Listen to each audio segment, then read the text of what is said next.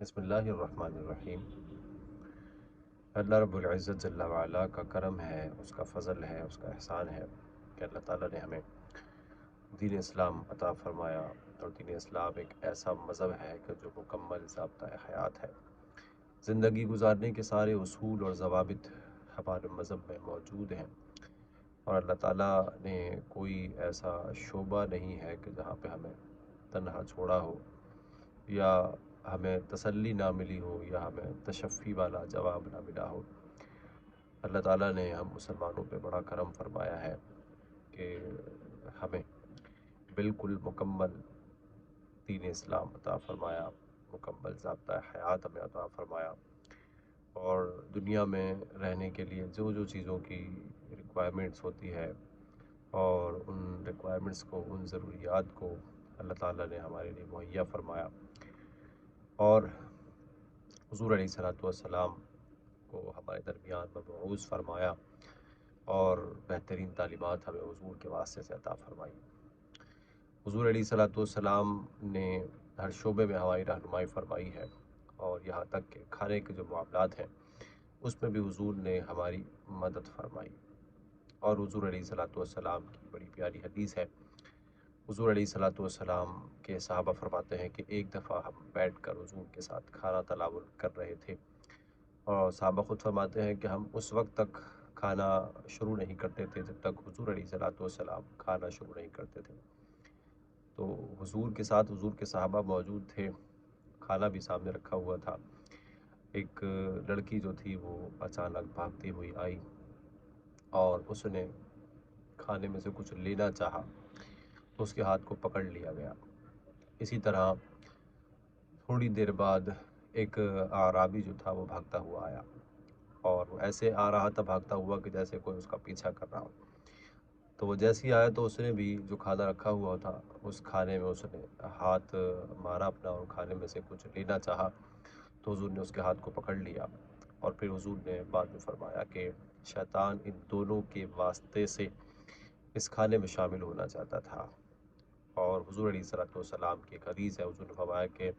جس کھانے پر بسم اللہ نہ پڑی جائے وہ کھانا شیطان کے لیے حلال ہو جاتا ہے، رکاوٹیں ختم ہو جاتی ہیں، اور شیطان اس کھانے میں شامل ہوتا ہے۔ اور علماء نے اس حدیث کو اس کے ظاہری معنی پر ہی محمول کیا ہے کہ شیطان جو ہے وہ کھاتا ہے، وہ واقعی میں حقیقتاً کھانا جو ہے وہ کھاتا ہے۔ اور فقہا کے اقوال کی اس حدیث سے بھی تائید ہوتی ہے کہ حضور علیہ الصلوۃ والسلام کے پاس کچھ جنات آئے، اور انہوں نے کہا کہ آپ کے جو یہ صحابی ہیں، مسلمان ہیں، کہ جب کھانا کھاتے ہیں تو پھر یہ ہڈیوں کو نجاست والی جگہ پر پھینک دیتے ہیں، اور ان یہ ہڈیاں جو ہیں یہ سمجھ لیجئے کہ ہماری غذا ہے، اور جب ہم اس کی طرف بڑھتے ہیں، اس کو اٹھاتے ہیں، تو اللہ تعالیٰ اپنی قدرت سے اس پر گوشت پیدا فرما دیتا ہے، اور ہم اس کو کھاتے ہیں۔ تو یہ ہڈیاں نجاست والی جگہ پر پھینک دی جاتی ہیں، تو اس لیے ہمارے لیے پریشانی ہوتی ہے۔ تو پھر حضور علیہ الصلوۃ والسلام نے سے منع فرمایا کہ ان کے جو کھانے کی چیزیں ہیں، یعنی ہڈیاں وغیرہ، ان کو آپ ناپاک جگہ پہ، نجاست والی جگہ پہ نہ پھینکو، ان کو پاک جگہ پر پھینکنا رکھنا چاہیے، تاکہ جو تمہارے مسلمان بھائی جنات جو ہیں ان کے لیے پریشانی نہ ہو۔ تو پھر کیونکہ شیطان بھی جو ہے وہ جنوں کی جنس سے ہے، تو اسی لیے شیطان بھی جو ہے وہ براہ راست کھانا کھاتا ہے۔ تو حضور علیہ الصلوۃ والسلام نے اس اعرابی کے ہاتھ کو پکڑ لیا اور فرمایا کہ شیطان ان دونوں کے واسطے سے، یعنی لڑکی کے واسطے سے اور اس اعرابی کے واسطے سے شامل ہونا چاہتا تھا۔ وہ اس وجہ سے، اور وہ ایسے شامل ہوتا کہ ان لوگوں نے بسم اللہ نہیں پڑھی تھی، اور بسم اللہ پڑھے بغیر اگر وہ کھانے کو اٹھا کے کھا لیں تو شیطان کے لیے ساری رکاوٹیں ختم ہو جاتی ہیں، اور شیطان اس کھانے میں سے کھانا شروع کر دے گا۔ کھانا جو ہے وہ بسم اللہ پڑھ کے شروع کرنا چاہیے۔ اسی طرح ایک حدیث پاک میں ہے، پہلے بھی حدیث گزری، حضور نے فرمایا کہ جب کوئی انسان جو ہے وہ بسم اللہ پڑھ کر گھر میں داخل ہوتا ہے تو شیطان کہتا ہے کہ تم نے آج رات شب باشی نہیں پائی، یعنی شیطان جب وہ کہتا ہے کہ آج یہاں پر اس گھر میں رک نہیں سکتے، اب شیطان اس گھر میں رہنے سے محروم ہو جاتا ہے، اس کو روک دیا جاتا ہے۔ بسم اللہ پڑھنے کی کیا برکت ہے کہ شیطان جو ہے وہ گھروں سے دور ہو جاتے ہیں۔ اسی طرح حدیث میں ہے کہ جب انسان بسم اللہ پڑھ کر کھانا کھاتا ہے تو شیطان کہتا ہے کہ آج تم اس کھانے سے محروم ہو گئے۔ اور جب کوئی بندہ بسم اللہ پڑھے بغیر اور کھانا کھاتے وقت بسم اللہ نہیں پڑھتا تو شیطان کہتا ہے کہ آج تم نے اس رات گھر میں شاباشی بھی پا لی اور تم نے کھانا بھی پا لیا۔ تو اسی لیے بسم اللہ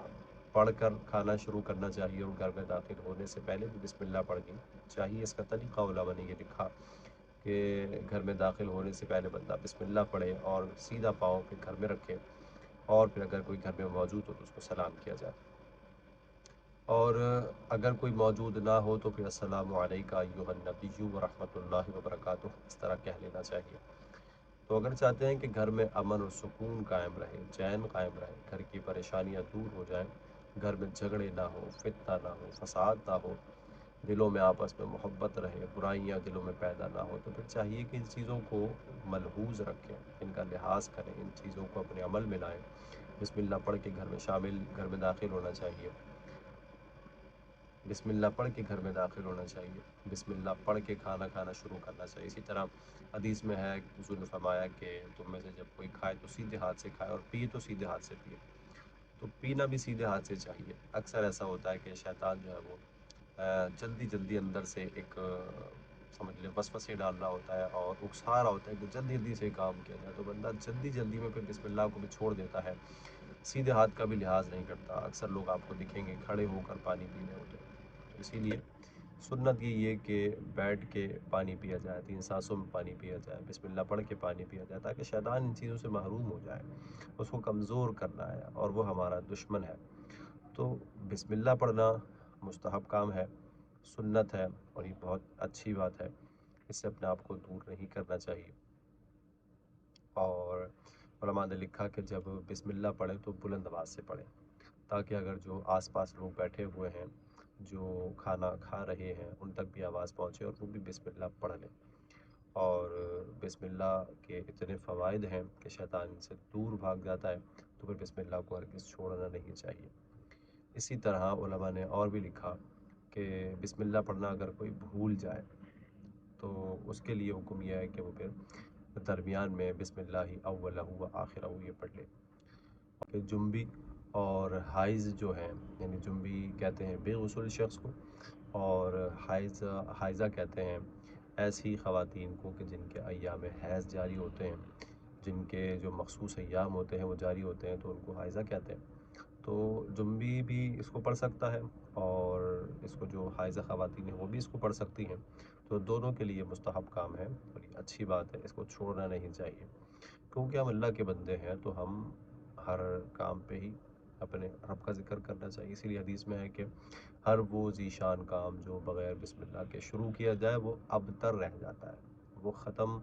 ہو جاتا ہے، مطلب پورا نہیں ہو پاتا، اس کو ٹھیک سے پائے تکمیل تک بندہ پہنچا نہیں پاتا۔ تو جب بھی کوئی اہم اور ذیشان کام کرے، کوئی جائز کام کرے، تو اس سے پہلے بسم اللہ پڑھ لینی چاہیے۔ اسی لیے علماء نے لکھا کہ جب بندہ واش روم جاتا ہے، استنجا کے لیے جاتا ہے، تو وہاں پر بہت سارے گندے شیاطین موجود ہوتے ہیں جو ہمارے ستر کو دیکھ رہے ہوتے ہیں۔ تو جب بندہ واش روم میں داخل ہونے سے پہلے بسم اللہ الرحمن الرحیم پڑھ لیتا ہے، تو پھر شیطان کی جو وہاں پہ گندے جنات ہوتے ہیں ان سے ہمارے ستر کا سمجھ لیں ایک رکاوٹ ہو جاتی ہے، ایک پردہ حائل ہو جاتا ہے، تو وہ پھر ہمارے ستر کو دیکھ نہیں سکتے۔